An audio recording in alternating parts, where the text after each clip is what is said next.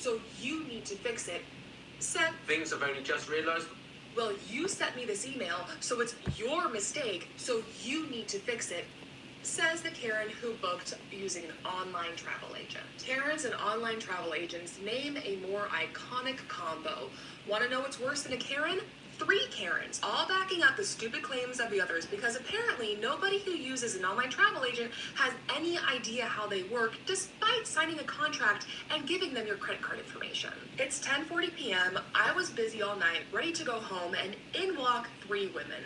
You get a pretty good feel for who the Karens are going to be as soon as you see them. The way they look, the way they talk, the way they walk and carry themselves, and they certainly played the part. They said they booked 2 single rooms, 1 queen bed in each room, and were wondering if I could switch one of them to a double room, 2 queen beds instead.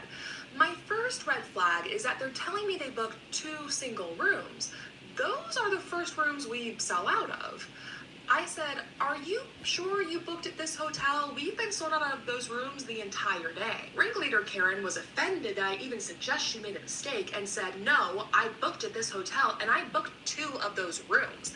I know you have them available because your website says so. Sigh, this witch ain't even on my arrivals list and I tell her so. Well, I better be because I paid for this room. Then one of her little Karen friends pipes up and says, what about switching one of the rooms to a double? Can't you do that? I reply, I don't know. I need your license and phone number to look up the reservations before I can tell you anything. Well, do you have the rooms? You should be able to switch us if you have them. I don't know. I need your license or phone number to look up the reservations. Well, can't you just switch them on the reservations? Holy fuck, how many times do I have to say this? I stressed my words and looked directly at her while saying, I don't know.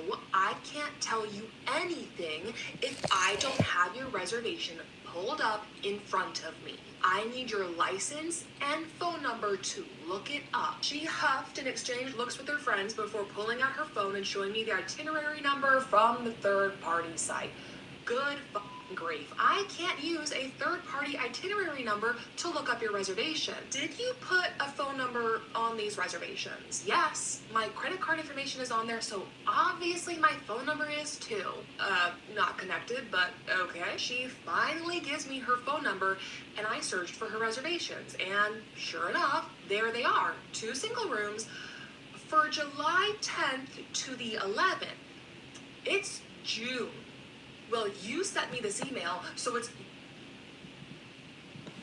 Do you know what's really sad? I am almost 32 years old, and I am at a point in my life where I just expect everything to be inaccessible.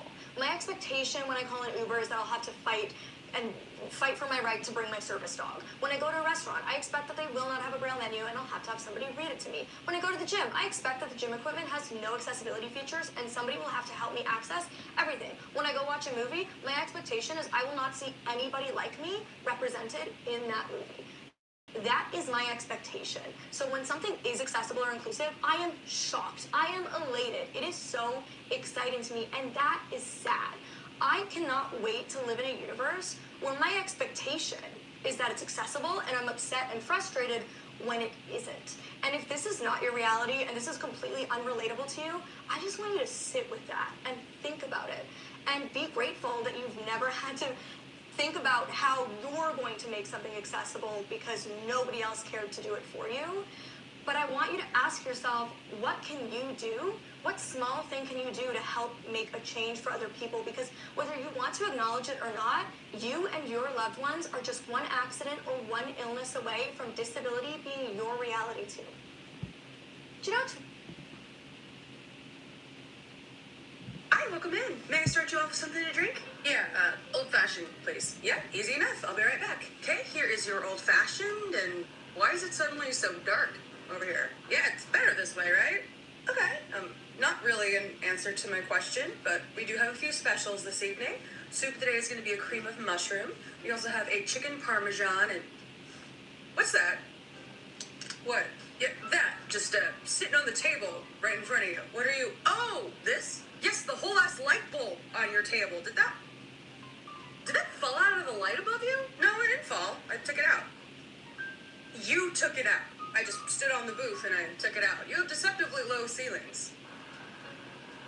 Why? I think you're going to have to ask the architect of the building about that. No. Why did you feel the need to stand up and remove the light bulb from a light that doesn't belong to you? Oh, well, it was too bright, obviously. Okay, yeah, well, we have light switches, you know? Like, there's like 8 steps we could have done that could have come before removing the light bulb with our hands physically.